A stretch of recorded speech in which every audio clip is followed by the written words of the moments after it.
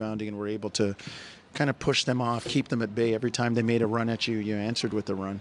Well, I think we did a better job at not giving them so many wide open shots to begin with, right? We obviously changed a lot of our coverages tonight to get up and try to force them in to make the extra pass and then fly out from there. I think that's probably where it started, and we had a lot of guys play very well. Pat McCaw had the game of the year, or game as a Raptor, right? Almost a triple-double in 42 minutes, and he was doing it all.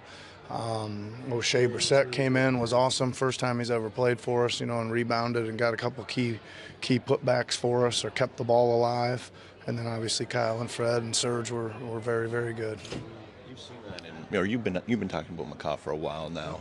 To see that happen, though, I mean, how did you get him to come out of his shell a bit? Well, we talked a little bit about getting him more involved, and I thought getting him to bring the ball up the floor and starting a bunch of the offenses early on would just keep him engaged, and it's good because you got Freddie and Kyle kind of coming off each side or whatever we're doing, and like I said, if he can get it into the paint and fire it out to those guys, it's probably better than the other way around, just from shooting percentage and shooting wise and stuff. And I think that was important. Was it? You said some rebounding, particularly in the yeah. quarter. I mean, he was like energy, huh? Yeah, he's a really, really good rebounder, right? You guys know he played for me for Canada, and he rebounded like that all the time for us. And I thought also he was good defensively. He moved his feet, and he was guarding some really big-time NBA players out there, and he was doing an adequate job against them. What coach's intuition, what made you, I mean, I know you were short people and there was foul trouble, but why not somebody else? Back to probably your first question, I just thought that they hurt us so much on the glass, and I knew he was a good rebounder, and I thought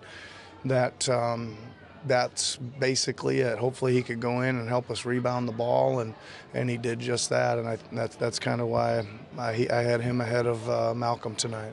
How much from a preparation standpoint does it help to see these guys 3 days ago and then be able to adjust so quickly? Yeah, I mean, that helps a lot. I mean, we changed a lot of things in the game. We changed pretty much everything we were doing defensively and offensively that we, weren't very well prepared for on Christmas Day. So certainly helps, and our guys, and it sting. They had their fun with us on Christmas Day, and I think it stung our guys a little bit. And pretty resilient and tough guys, and bounce back, and we're pretty focused throughout the game. When you talked this morning about trying stuff for the playoffs, was O'Shea one of those things? No, I didn't really get to any of the things any other coverages, because the man-to-man was pretty solid. I don't think I did anything but man-to-man all night.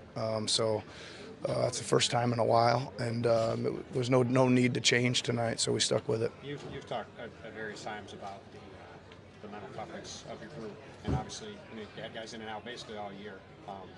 How impressed are you to have a result like this on the road, given what happened the other day? Yeah, I mean, I think it's a really good characteristic. I think you go through a schedule and you're going to get bounced hard every now and then, and I remember commenting last year how we went down to San Antonio in Kawhi's big return game and got our doors blown off.